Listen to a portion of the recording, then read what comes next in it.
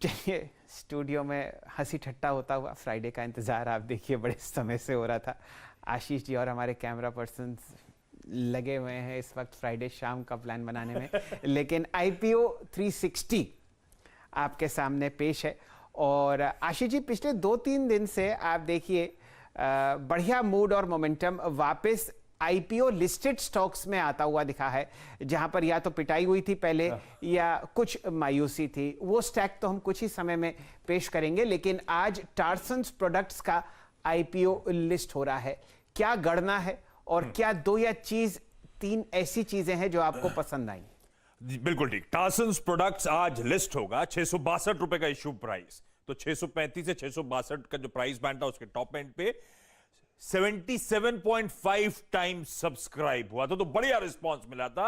QIB का हिस्सा 116 गुना, HNI 184 गुना, retail 10.5 time subscribe होता हुआ नजर आया।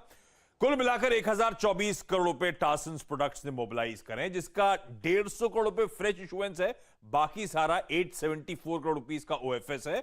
OFS में जो PE फर्म है ADV यानी कि क्लियर विजन, वो अपना मौजूदा 49% स्टेक आधा कर रही है। जो फ्रेश इशुएंस है 150 करोड़ का, उसमें 62 करोड़ रुपए केपेक्स पर और बाकी 79 करोड़ रुपीस डेट रीपेमेंट पर। और इस IPO के प्रोसीड का जब इस्तेमाल हो जाएगा तो दरअसल ये एक डेट फ्री एंटिटी बन जाएगी। अब ये कंपनी करती क्या है? प्लास्टिक के लेबोरेटरी इक्विपमेंट्स यानी कि लैबवेयर मैन्युफैक्चरर है। तो जो bottle, cell culture products, instruments, liquid handling, boxes, racks, सब आप देखते हैं लैब्स वगैरह में प्लास्टिक के, वो बनाने का ये कंपनी काम करती है। 11 से 12% का मार्केट शेयर है। कुल मिलाकर 1200 करोड़ रुपए की डोमेस्टिक इंडस्ट्री है। इस कंपनी के प्लान है कि अब इमर्जिंग मार्केट जैसे कि Asia Pacific, middle east, south America में उतरने की तैयारी करेगी।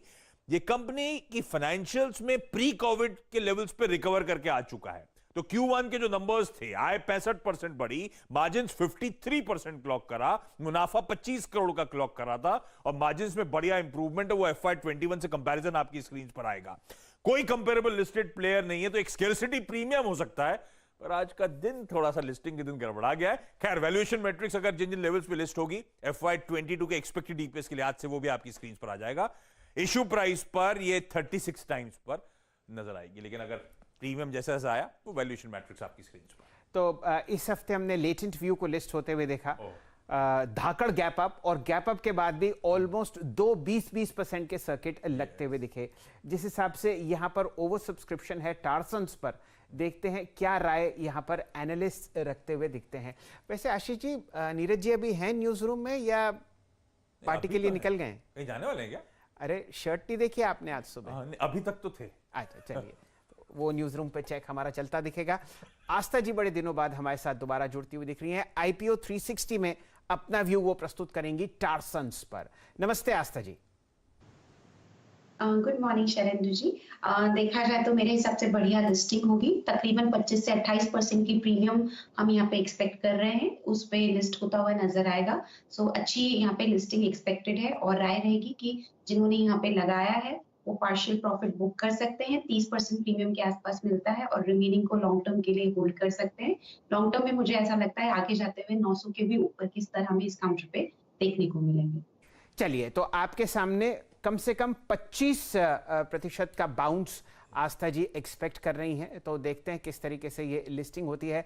आशीष जी, आपके पास कुछ यहाँ पर आंकड़े हैं फाइनेंशियल्स के जो ये बता पाएं कि क्या स्थिति है फिलहाल प्रॉफिट की, लॉस की या फिर टॉप लाइन की?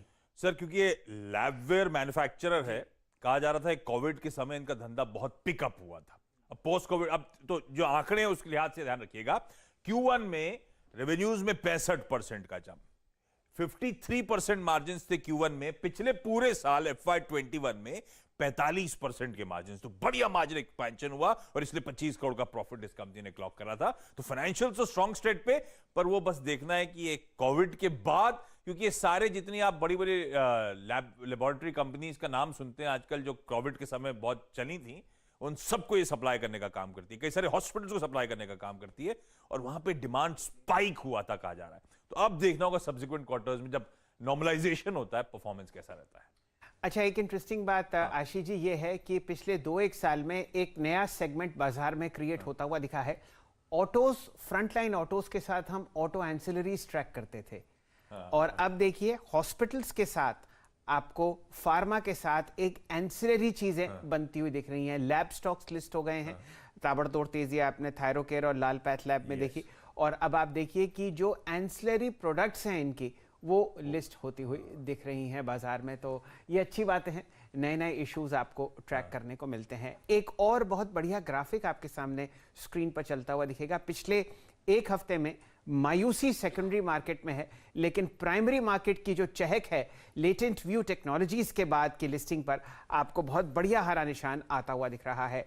Sapphire foods, latent view, Nykaa, Fino payments bank, Paytm, यहाँ पर काफ़ी परेशानी थी, लेटेंट व्यू में नहीं थी, लेकिन बाकी 4 काउंटर्स में आपने बिकवाली देखी। लेकिन पिछले 3 दिन से यहाँ पर एक अच्छी लहर आती हुई दिख रही है। ये जो परफॉर्मेंस है ये आपके सामने कल बृहस्पतिवार का था। अब देखते हैं कि आज टारसन्स क्या जादू करता हुआ दिखेगा बाजार पे। वैसे SGX निफ्टी 200 पॉइंट नीचे है, लेकिन ओवर सब्सक्रिप्शन लेवल्स देखिए किस तरीके से काम करते हुए दिखते हैं। चलिए आस्था जी, एक आखिरी प्रश्न आपसे। ये जो फिलहाल IPOs में थोड़ी कमजोरी थी, लेकिन अब वापस चहक आती हुई दिख रही है तेजी की, किसी एक काउंटर पर आपका रुझान तेजी का हो तो उसका जिक्र कीजिए। जी बिल्कुल, मुझे अभी भी ऐसा लगता है कि नायका को यहाँ पे लॉन्ग टर्म के लिए होल्ड करना चाहिए। फिनो पेमेंट बैंक और पेटीएम के लिए मैं बहुत ज़्यादा अभी भी ऑप्टिमिस्टिक नहीं हूँ, क्योंकि कंपेटिटिव प्रेशर वहाँ पे प्ले कर सकते हैं। पर नायका और लेटेंट व्यू भी मुझे काफ़ी ज़्यादा पसंद आता है। दोनों ही पोर्टफोलियो में रखने लायक शेयर है, तो दोनों में यहाँ पे होल्डिंग कंटिन्यू करनी चाहिए। चलिए, नायका की आपने शानदार लिस्टिंग आते हुए देखी थी 10 नवंबर को, और पिछले 3 दिन से आपके सामने कैंडलस्टिक चार्ट प्रस्तुत किया जाएगा। यहाँ पर तेजी और तेजी है। कल रिकॉर्ड हाई पर ये काउंटर बंद होता हुआ दिखा 150 अंकों पर, और यहाँ पर राय है आस्था जी की, अगर आपके पोर्टफोलियो में है तो इसको जोड़कर और संजोकर रखें। वीरेंद्र जी से जुड़ते हैं और शुरू करते हैं चार्ट चेक्स का सिलसिला। आस्था जी और आशीष जी, आपका बहुत बहुत धन्यवाद।